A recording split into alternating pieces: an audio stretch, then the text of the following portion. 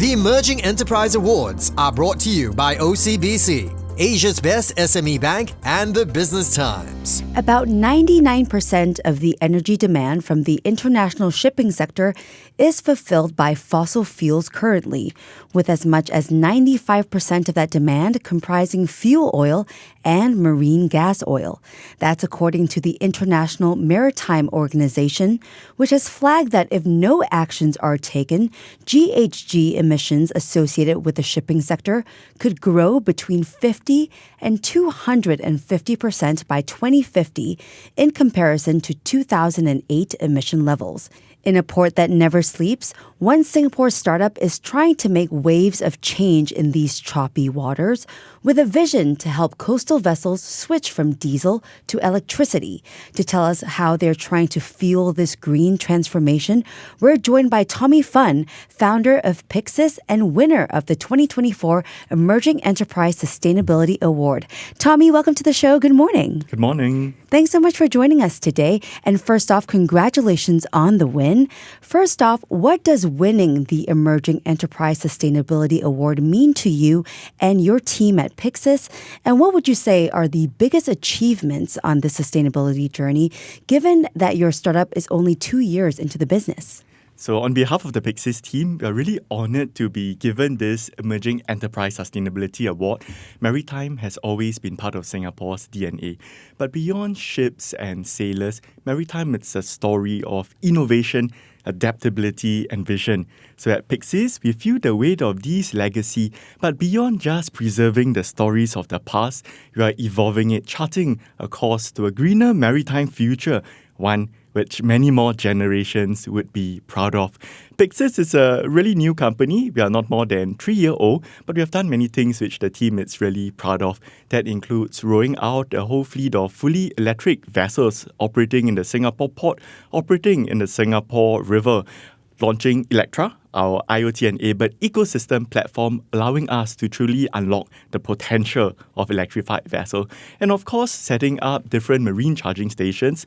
Our first public marine charging station at Marina South Pier was launched a couple of months ago, done in partnership with SP Mobility. So we are literally powering the adoption of electrified vessels. Sounds fantastic. So let's dive deeper into what you're doing here, Tommy. So we hear that you've got a personal story connecting you with the maritime world. So could you share that with us and why you eventually decided to start Pyxis Maritime? So maritime is an industry that's deeply personal to me and my family. My grandfather started as a boatman driving a wooden tongkang up and down the Singapore River, carrying bags of grains on his shoulders. And my parents started a marine company. So today we own and operate a fleet of 70 vessels. So if you've probably been to Pulau Tekong recently, then you've probably been aboard one of our ferries on charter to the Singapore Army.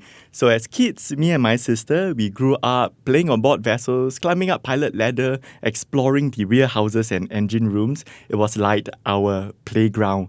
So a couple of years ago, sustainability and green became no longer just a buzzword, but a basic qualifier for many of our tenders, many of our customers' requirements. So we realized that if we don't do anything about this, 5-10 years down the road, we risk our company becoming irrelevant. And not only us, we realized that so many maritime companies all across Asia all face this same pressure as well to change and to transform.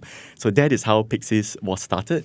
Today, we are a growing collective of 13 maritime companies who are strategic partners, owners of Pyxis. Together, we represent 250 vessels, almost 1,000 maritime professionals, all united with a common vision to create a greener maritime. Wow, so this love that you have for maritime started when you were a little boy and it has grown into such a huge thing now. Yes, it did. Fantastic. Okay, so the maritime industry is facing increasing pressure and looming deadlines to reduce carbon emissions. But what are the biggest challenges behind electrification of vessels, something which your team is focusing on right now?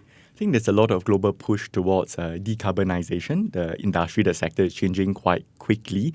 So I think some of the companies that we are talking to, some of them are very, very positive, but there are some that are still a bit sitting on the fence. These are usually more traditional companies who prefer more tried and proven method. So when we started Pyxis 3 years ago, it took us a lot of effort to try to convince the older maritime veterans. So these are usually the uncles in their 70s, 80s who spent 30, 40, 50 years working out at sea, working in shipyard. So we had to go through and to push through with a lot of grit and perseverance to convince them on the merits of electrification. So today we are so proud that many of these veterans are our key ambassadors, helping us to advocate for change, who believe in passing their legacy down to the next generation to create a newer, greener maritime. So some of the ways we do this by giving them actual real-life examples, case studies, pilot trials of how electrification not only allows them to align with environmental goals, but also, more importantly, make good business sense. Yeah, so you talked about the challenge of changing mindsets of the older folks. So obviously you work very closely with the big shipping companies. What are the common concerns that you hear from them when it comes to trying to go green? So one of the more common concerns that we hear from shipping companies would be cost. Because at this point in time, the capex for electric vessels is still slightly higher compared to diesel vessel, although the total cost of ownership of electric vessels equalizes over time because there's a lot of cost savings in operating this electric vessel. A big reduction in maintenance, cheaper to charge them with electricity compared to topping up with marine gas oil. So in Pyxis, the very intention is to drive down the capex cost of these vessels through mass production. Today, we have 3 product lines. The Pyxis 1 that operates in the anchorages, the Pyxis R that operates in the Singapore River, Marina Bay, inland waterways, the Pyxis L, which is our more premium luxury variant. But yet, all 3 product lines are built out of a common hull form, something that we are trying to learn of the automobile world. So with that, we can mass produce at scale to bring down the cost of these vessels, allowing companies to better adopt them easily. Okay, so from a technical point of view, though, Tommy, how does the electrification of vessels compare with the use of other alternative fuels like biofuels, hydrogen, ammonia, when it comes to measuring of impact? So we believe that there are multiple pathways to decarbonize maritime. So different technology, different fuel type will be suitable for different vessel types. So for example, like the larger ships, the bulk carriers, the oil tankers, the container vessel, perhaps a fuel like ammonia or methanol will be more suitable because these are big ships with a lot of space to fit this equipment on board. Bunkering for this has also been done. For example, ammonia bunkering. Different trials have started to take place in different ports around the world. But we believe in our sector, coastal maritime, one of the clear pathway to decarbonize its electrification. So for coastal vessels, these are not big platforms. Smaller vessels that operate within the port waters, traveling short distances, very frequent trips. With that, we can figure out its power requirement and then electrify them. Okay, so before you go, Tommy, along with this green transformation also comes the need for reskilling, right? So can you give us some insight into what shipping mechanics have to relearn? And given the manpower challenges that we see, what's a reasonable timeline to expect the sector to shift towards more sustainable options? I think when an industry like maritime transforms and changes, it's not only about technology. It has always been about people. So new talents would have to be attracted. Existing talents would need to be upskilled, retrained. So for example, mechanics that used to work on board diesel vessel, the focus has always been on diesel engines, on filter, overhauling these engines, servicing them, engine belting amongst others.